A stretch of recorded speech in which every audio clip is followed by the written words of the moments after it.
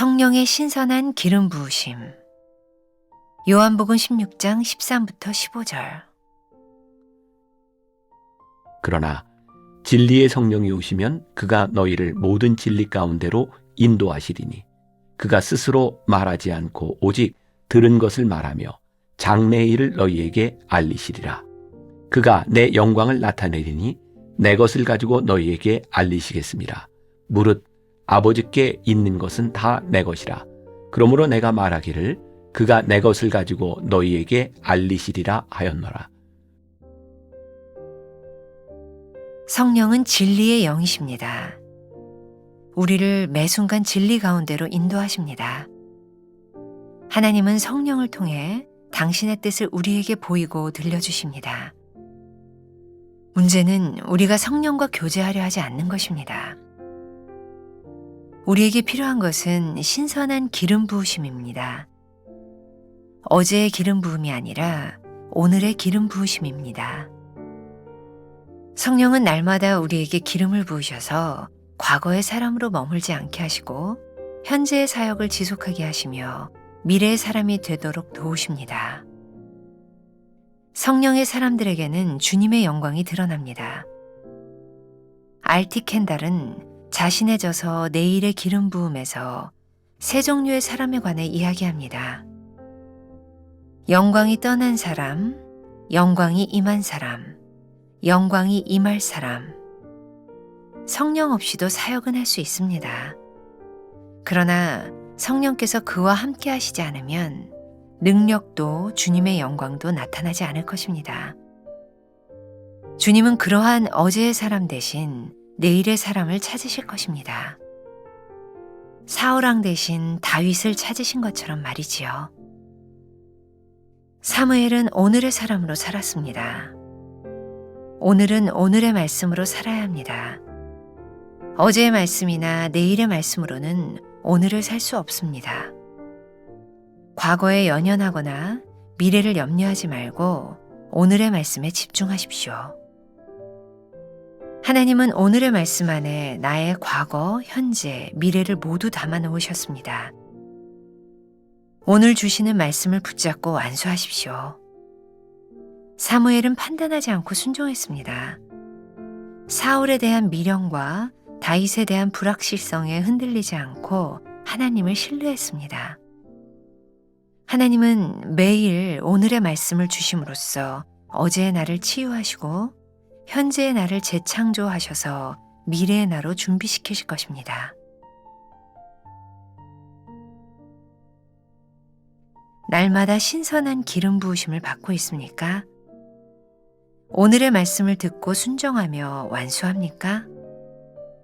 염려와 불확실성으로 인해 흔들리고 있습니까?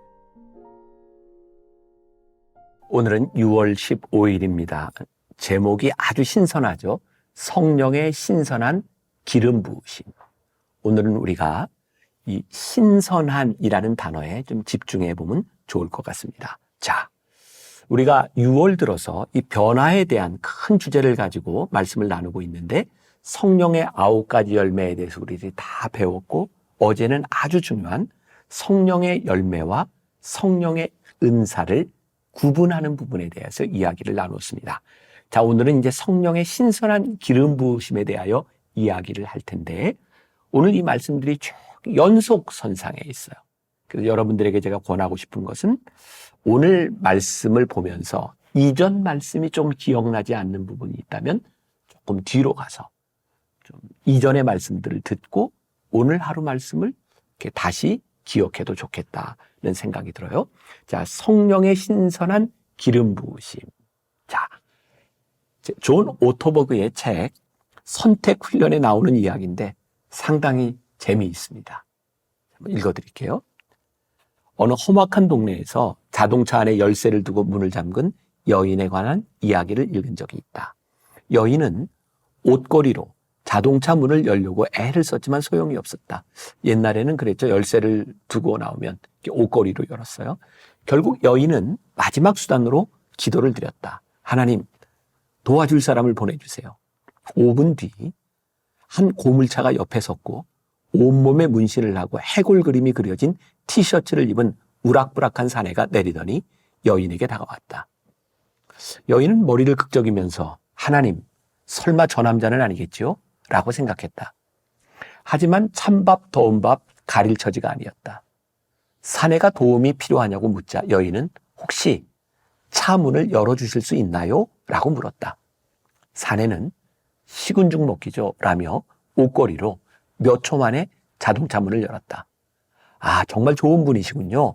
여인이 이렇게 말하며 고개를 숙이자 남자는 정색을 했다. 저는 별로 착하게 살지 않았어요. 오늘 교도소에서 나왔습니다. 차량 절도죄로 2년을 복역했고 출소한 지 2시간밖에 안 됐어요. 그러자 여인은 두 팔을 높이 들며 큰 소리로 말했다. 오, 하나님 감사합니다. 황송하게도 전문가를 저에게 보내주시다니. 여러분들에게 그런 질문은 덜찍해요. 갓 형무소에서 교도소에서 출소한 이 남자가 온 것은 이 여인의 기도 제목이 응답된 것인가요? 그렇지 않을까요? 여러 가지 생각할 수 있을 것 같아요. 그러나 분명한 것은 우리가 하나님께 기도하고도 성령님의 인도하심을 구하고도 우리는 우리의 생각과 기준에 미치지 못하면 그것이 성령의 인도하심이라고 생각하지 않을 때가 많이 있습니다. 사실 우리 신앙에 굉장히 중요한 것이 있는데 우리들의 삶에 아주 센서티브하게 신선한 기름 부으심, 성령님이 우리를 인도하시는 것을 우리들이 경험할 수 있느냐는 것이죠. 자, 오늘 우리가 읽은 본문 말씀 요한복음 16장은 성령님이 어떤 분이신지에 대하여 설명하고 있는 부분입니다.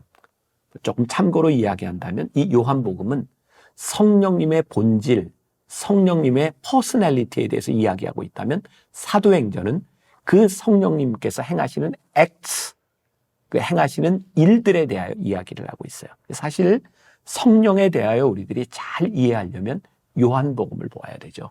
요한복음 16장에 성령님에 대하여 이야기하는 몇 가지가 나와 있는데 그 중에 하나가 성령님은 진리의 영이십니다.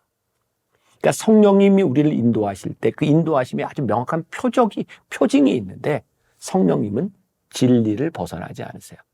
진리, 하나님의 말씀을 벗어나지 않는다는 겁니다. 우리들이 종종 신앙생활을 하면서 헷갈리는 부분이 있어요. 이게 성령님이 인도하시는 거야? 아니야. 기준은 명확합니다. 성령님은 진리의 영이시기 때문에 우리를 진리로 인도하십니다. 우리를 불의함 가운데로 인도하지 않으세요. 성경에서 우리들에게 분명히 약속하고 있으니까 성령님이 우리를 인도하신다고 말씀하고 있으니까 중요한 것은 이 성령의 인도하심을 신선하게 우리들이 경험하느냐 경험하지 않느냐에 대한 부분이겠죠. 하나님의 숨결 두 번째 문단에 보면 성령의 사람들에게는 주님의 영광이 드러납니다 라고 되어 있어요. 제가 이 성령에 대한 설교를 할 때 R.T. 켄달의 책을 굉장히 여러 권 보았어요. 그리고 이 켄달의 책 가운데 내일의 기름 부음이라는 책에서 세 종류의 사람에 대해서 이야기를 하고 있는데 여러분들 책에도 나와 있지만 첫째, 하나님의 영광이 떠난 사람. 두 번째, 하나님의 영광이 임한 사람. 세 번째, 하나님의 영광이 임할 사람. 성령의 영광이 떠난 사람은 과거의 사람이에요. 하나님이 더 이상 쓰시지 못합니다. 하나님의 영광이 임한 사람, 지금 성령님과 동행하는 사람, 하나님이 쓰시는 사람이에요. 또 하나 중요한 것은 하나님의 영광이 임할 미래의 사람. 분명한 것은 하나님의 영광이 떠나면 하나님이 쓰시지 못한다는 거예요. 그러니까 성령의 사람은 지금 우리들에게 임하시는 그리고 앞으로 임하실 성령을 기대하는 사람들을 통해 하나님이 역사하신다는 사실이죠. 우리가 잘 알고 있는 사무엘, 그는 오늘의 사람이었다라고 말을 해요. 왜? 사무엘의 이야기를 쭉 보면 늘 사무엘은 하나님의 음성을 들으며 하나님과 동행하는 사람이었기 때문이죠. 성령님은 어제의 성령님으로 끝나는 것이 아니라 오늘 우리들에게 임하시는 분이고 오늘 임하신 그 성령님은 내일도 우리와 함께 하시는 분이세요. 그래서 요한복음 16장에는 성령님에 대하여 진리의 영이라 말씀하시고 또 성령님은 우리를 돕는 보혜사 성령님이다 라고 말씀하고 있어요. 우리가 오늘의 사람으로 성령의 신선한 기름 부음을 받는 사람으로 살아가기 위해서는 성령님의 인도하심을 우리들이 받아야 되겠죠. 그럼 오늘 우리들에게 그런 질문이 생겨요. 성령님, 오늘 우리를 어떻게 인도하실 겁니까? 또 우리들은 우리들의 삶에 중요한 문제를 결정해야 되는 순간에 성령님의 인도하심을 구하죠. 하나님, 제가 어떻게 해야 될까요? 기준이 뭐라고요? 성령님은 진리의 영이시고 성령님의 인도하심에는 하나님의 영광이 나타난다는 사실이에요. 구르는 돌은 이끼가 끼지 않는다라는 책이 있어요. 거기에 우리가 잘 알고 있는 유명한 청교도 존 버년에 대한 이야기가 나와요. 존 버년은 철로 역정을 쓴 사람이죠. 존 버년은 다른 종교적인 문제로 국왕의 명을 어긴 것 때문에 감옥에 갇히게 되죠. 그리고 이 감옥에 갇힌 것 때문에 존 버년은 철로 역정이라고 하는 아주 명작을 남기게 됩니다. 이 존 버년은 옥에 갇혔지만 그를 도우려고 하는 사람들이 많이 있었고, 존 버년이 옥에 갇혀 있을 때 하루는 그 간수가 존 버년에게 이런 기회를 줍니다. 옥문을 열어주고 가족을 만나고 오십시오. 그런데 존 버년이 그 간수에게 이렇게 말을 하죠. 당신의 호의는 감사하지만 성령님이 나를 그렇게 인도하시지 않으신다는 생각을 했기에 제가 다시 돌아왔습니다.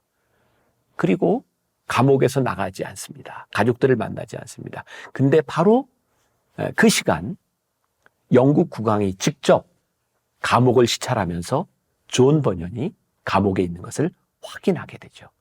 간수는 이렇게 말을 합니다. 목사님께서 성령님의 인도하심을 따라 행동하셔서 목사님도 살고 저도 살았습니다. 이제 저는 목사님과 아까와 같은 말을 함부로 하지 않겠습니다.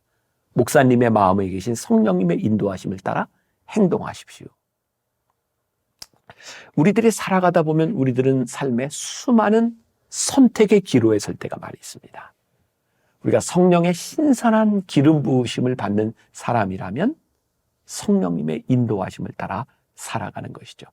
제가 계속해서 그런 이야기를 합니다. 저도 마찬가지고 우리들이 얼마나, 그리고 여러분들이 얼마나 성령님의 임재, 성령님의 기름 부으심에 센서티브한가에 따라 우리는 인도하심을 따라 살아가고 우리 인생의 중요한 결정의 순간에 진리의 영을 따라 올바른 결정을 할 수 있어요. 이 말씀이 우리들에게 굉장히 큰 도전이 되는 거죠. 오늘 저에게도 수많은 선택의 순간이 있을 것 같아요. 여러분들에게도 수많은 선택의 순간들이 있을 것 같아요. 그때 우리가 성령님의 기름 부으심이, 성령님의 임재가 오늘 나에게 무엇라고 말씀하시는가, 성령님을 생각하며 우리를 진리로 이끄시는 성령님의 임재 앞에 올바른 결정과 결단을 할 때 우리는 성령의 사람으로 살아갈 수 있지 않을까요? 오늘 저에게 이 신선한이라는 말이 굉장히 깊이 들어옵니다. 신선한 기름 부으심.